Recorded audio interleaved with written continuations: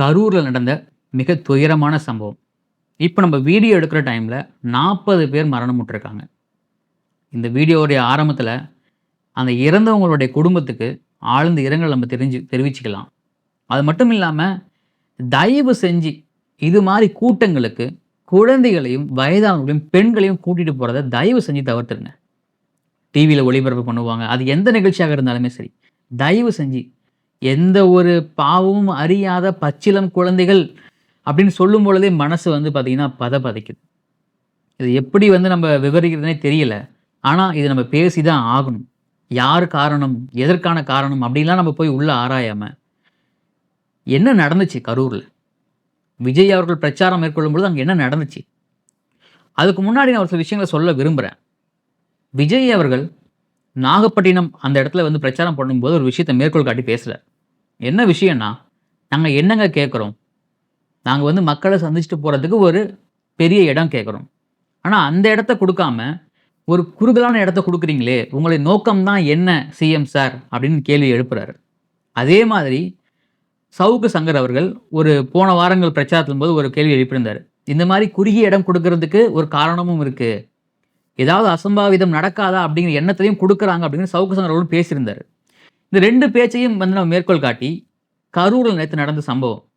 இது வந்து கரூர்ல அவர் பிரச்சாரம் பண்ணக்கூடிய இடம், கேட்ட இடம் ஒன்று, குடுத்த இடம் ஒன்று அப்படின்னு கேள்விகள் எழும்புது. அது மட்டும் இல்லாமல், பாதுகாப்பு குறைபாடுகள் இருக்கிறதா, விஜய் அவர்கள் அவருடைய எல்லா பிரச்சாரத்திலயும் கூறிக்கிட்டே வரார். போலீஸ் பாதுகாப்பு முறையா வழங்கப்படுறது கிடையாது. கேட்ட இடங்கள குடுக்குறது கிடையாது அப்படின்னு. கரூர்ல அவர் பிரச்சாரம் பண்றதுக்கு முதல் நாள் வரைக்குமே அந்த இடத்த வந்து தேர்வு செய்ய முடியாம, போலீஸ் அதிகாரிகள் பர்மிஷன் வழங்க முடியாத ஒரு சூழ்நிலை தான் இருந்துச்சு. கடைசி நேரத்தில தான் அந்த இடமே வந்து தேர்வு செய்யப்பட்டு பர்மிஷன் கிடைச்சது. ஸோ இப்படிலாம் இருக்கும் பொழுது, அடுக்கடுக்கான கேள்விகள் நெறைய எழும்பிக்கிட்டே இருக்கு.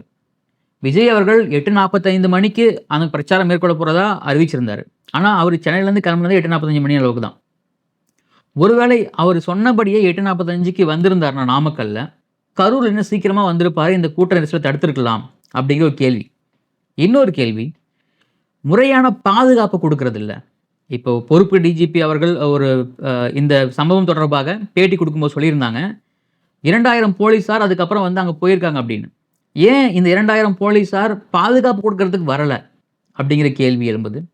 அடுத்த கேள்வி, மின்சார துண்டிப்பு. விஜய் அவர்கள் அங்க வந்து நின்னதுக்கு அப்புறம், அந்த பிரச்சாரம் நீங்க ட்ரோன் ஷாட்லாம் பார்த்திருப்பீங்க. அந்த நெறைய சேனல்ஸ்ல லைவ்ஸ் வந்து டெலிகாஸ்ட் பண்ணிட்டு இருந்தாங்க. அந்த லைவ்ல ட்ரோன் ஷாட்லாம் பார்த்திருப்பீங்க. அந்த ஃபோக்கஸ் லைட் மட்டும் தான் அங்க இருக்கு. அந்த விஜய் அவர்கள் பிரச்சார வாகனத்திலுடைய ஃபோக்கஸ் லைட் மட்டும் தான் அங்க இருக்கு. மத்த ஸ்ட்ரீட் லைட் எல்லாமே பார்த்தீங்கன்னா, ஆஃப்ல இருக்கு. மின்சாரம் துண்டிக்கப்பட வேண்டிய காரணம் என்ன? அப்படிங்கிற கேள்வி எழும்புது. அடுத்த கேள்வி, விஜய் அவர்கள் அங்க வந்து நின்னு பேசிட்டு இருக்கும் பொழுதே பார்த்தீங்கன்னா, நீங்க பார்த்திருப்பீங்க. ஒரு 5, 6 ஆம்புலன்ஸ் வந்து அடுத்தடுத்து, அதாவது பார்த்தீங்கன்னா, அவர் பேசிட்டு இருக்கும் பொழுதே அவர் வந்து ஃபுல்லா பேசவே இல்ல. ஏன்னா நெறையா இடையூறுகள் அந்த ஆம்புலன்ஸ் வந்து பார்த்தீங்கன்னா, அப்படியே அங்க அடுக்கடுக்கா வந்துகிட்டே இருக்கு. அவர் வந்து கேட்டுக்கிட்டே இருக்காரு.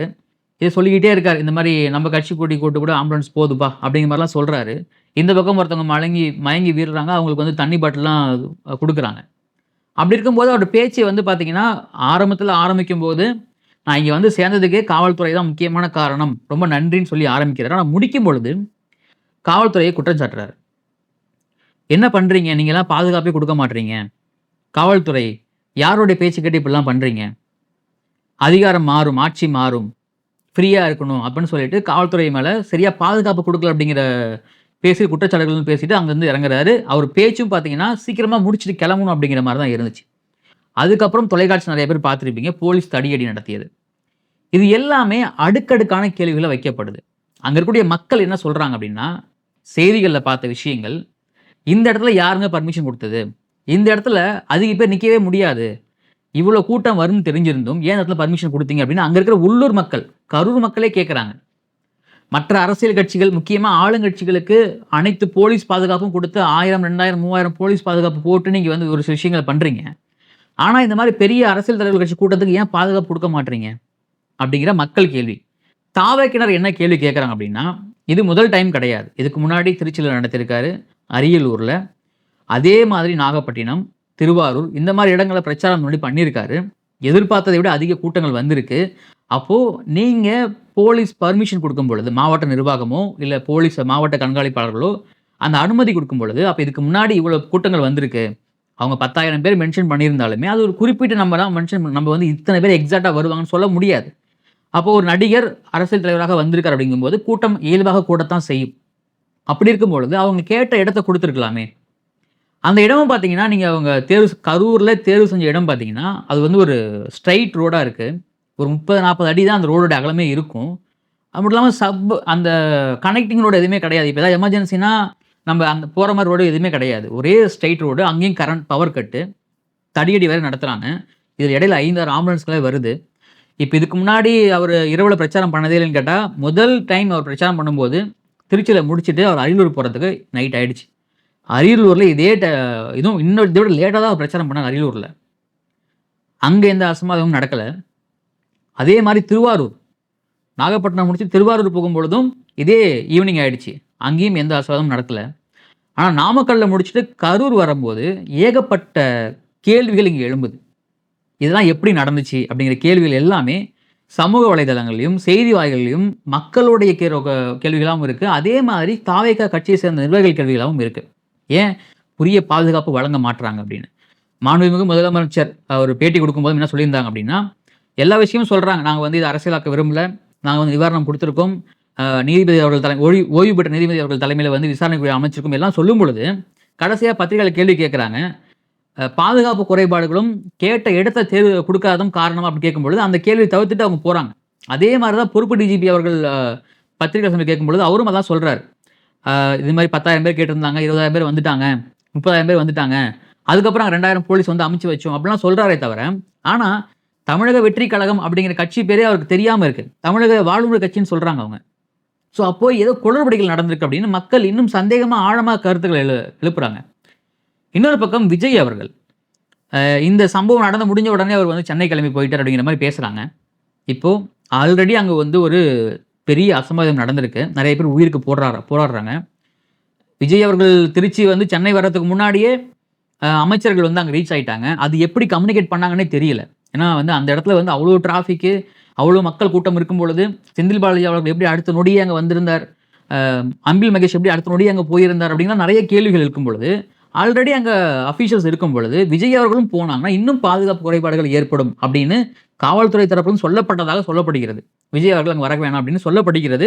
செய்திகள் அப்படிதான் சொல்றாங்க.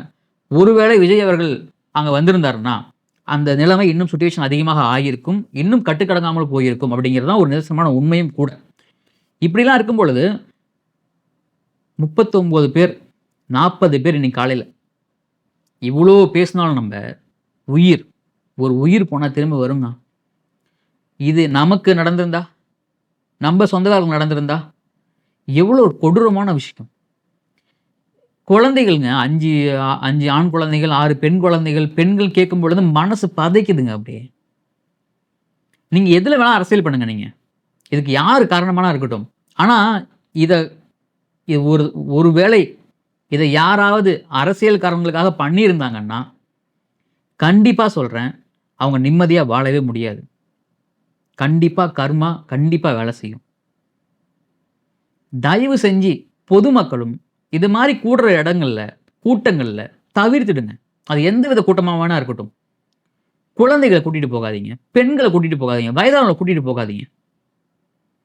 அதே சேம் டைம் நம்ம ஒரு விஷயத்த பண்றோம் அப்படின்னா, அந்த விஷயத்துக்கு நமக்கு இன்னும் நெறைய பொறுப்புகள் இருக்கணும். தமிழ்நாட்டு மக்கள் மேல உண்மையாகவே அக்கறை உள்ளவர்கள் இத பண்ணியிருக்கணும். அப்ப விஜய் அவர்கள் கேட்ட பொழுதே, இது எல்லாமே ஃபர்ஸ்ட் டைம் நடக்கலங்க. ஃபர்ஸ்ட் டைம் நடக்கல. இது 5வது முறை அவர் அந்த கூட்டத்துக்கு போறாரு. அப்ப இதுக்கு முன்னாடி நடந்த விஷயங்கள நீங்க ஏன் இன்டெலிஜென்ஸ் தெரிவிக்கல? கண்டிப்பாக உளவுத்துறை அதிகாரிகளுக்கு தெரிஞ்சிருக்கும். விஜய் அவர்கள் கூட்டத்துக்கு இத்தனை கூட்டங்கள் கூடும். முன்கூட்டியே இன்சிஸ்ட் பண்ணியிருப்பாங்க. நம்ம உளவுத்துறை சாதாரண உளவுத்துறை கிடையாது. இந்திய உளவுத்துறையும் சரி, தமிழ்நாடு உளவுத்துறையும் சரி, உன்னிப்பா கவனிப்பாங்க. என்ன நடக்குது அப்படிங்கிறத. அப்போ எங்கேயோ தவறுகள் நடந்திருக்கு. மக்களுடைய உயிர்ல தயவு செஞ்சு யாருமே விளையாடாதீங்க. உங்களுடைய அரசியலுக்காக, உங்களுடைய ஓட்டு அரசியலுக்காக தயவு செஞ்சு மக்களுடைய உயிர்ல விளையாடாதீங்க. அப்பாவி மக்களுங்க. எல்லாம் அன்றாடம் வேலைக்கு போய் பிழைக்கிறவங்க. காசு இல்லைனா கூட வாழ்ந்துருவாங்க. உறவுகள் இல்லைனா ரொம்ப கஷ்டங்க இது. ரொம்ப மிகப்பெரிய வரலாற்று. இந்த மாரி சம்பவம் எந்த அரசியல் கட்சி கூட்டத்திலும் நடந்தது கிடையாது. மிகப்பெரிய ஒரு வரலாற்று பிழை. இதை விஜய் எப்படி எதிர்கொள்ள போறார்? இதை எப்படி அவர் எதிர்கொள்ள போறார்? எப்படி இதிலிருந்து மீண்டு வரப்போகிறார்? இங்க என்ன நடக்கப் போகுது? உண்மையாகவே இதுக்கு சம்பந்தமானவங்க கண்டிப்பா தண்டனைக்கு உட்பட்டு அவங்களுக்கு உரிய தண்டனை வழங்கப்பட வேண்டும். அப்பதான் அங்க நீதி நிலைநாட்டப்படும். இந்த சேம் டைம் பார்த்தீங்கன்னா, தமிழ்நாட்டில இதுக்கு முன்னாடி நெறைய சம்பவங்கள் நடந்திருக்கு. உயிரிழப்புகள் நடந்திருக்கு. இந்த மாரி கூட்ட நெரிசல்ல உயிரிழப்புகள் ஏற்பட்டிருக்கு. நெறைய மக்கள் பாதிக்கப்பட்டிருப்பாங்க. பெண்கள் பாதிக்கப்பட்டிருப்பாங்க. அதுக்கெல்லாம் குரல் கொடுக்காத ஒரு சில நடிகர்கள், ஒரு சில நடிகைகள், சமூக ஆர்வலர்கள் திடீர்னு இந்த விஷயத்துக்கு பொங்குறத பார்க்க முடியுது. இங்க தான் நமக்கு சந்தேகமே எழும்புது. நீங்க தான் இவ்வளவு நாள் எங்கப்பா இருந்தீங்க? மக்கள் இவ்வளவு நாள் கஷ்டப்பட்டுக்கிட்டு, வேதனைப்பட்டுக்கிட்டு, இறந்துட்டு இருக்கும்போது தான் நீங்கலாம் வாய் தொறக்கவே இல்லையே! இப்ப மட்டும் எங்கிருந்து முந்தி அடிச்சுட்டு வரீங்க? அப்படிங்கிற கேள்வி தான் எழும்ப தோணுது. இது எல்லா கேள்விகளுமே மக்கள் சமூக வலைதளங்கள் எழுப்புற கேள்விகள். இதுக்கெல்லாம் விடை பார்க்குற மக்கள் தான் சொல்லணும். இதுக்கெல்லாம் காரணம் யாருன்னு பார்க்குற மக்கள் தான் சொல்லணும். இத கண்டிப்பா கடந்து போக முடியாது. இத கண்டிப்பா ஜீரணிச்சுக்க முடியாது. ஏன்னா, அந்த சம்பவம்லாம் பார்க்கும்பொழுது ரொம்ப, ரொம்ப, ரொம்ப டிஸ்டர்பன்ஸா இருந்துச்சு. கண்டிப்பா நீதி அரசர்கள், நீதி நிலைநாட்டப்பட வேண்டும். இது சம்பந்தப்பட்டவங்க உடனடியாக கரெக்ட்டான நபர்கள் அவங்களுக்கான உரிய தண்டனை வழங்க வேண்டும். சமரசம் இல்லாத ஒரு விசாரணை நடத்த வேண்டும். எந்த பக்கமும் இல்லாம இதுக்கு முக்கியமான காரணங்கள் யாரோ கண்டிப்பா அவங்க தண்டிக்கப்பட வேண்டும். ஆனா மக்கள் பார்த்துக்கிட்டு இருக்காங்க. மக்களுக்கு நன்றாகவே தெரியும். இங்க யாரு நடிகர்கள், யாரு அரசியல்வாதிகள், இத வச்சு யாரு அரசியல் பண்றாங்க அப்படிங்கிறது. நன்றி, வணக்கம்.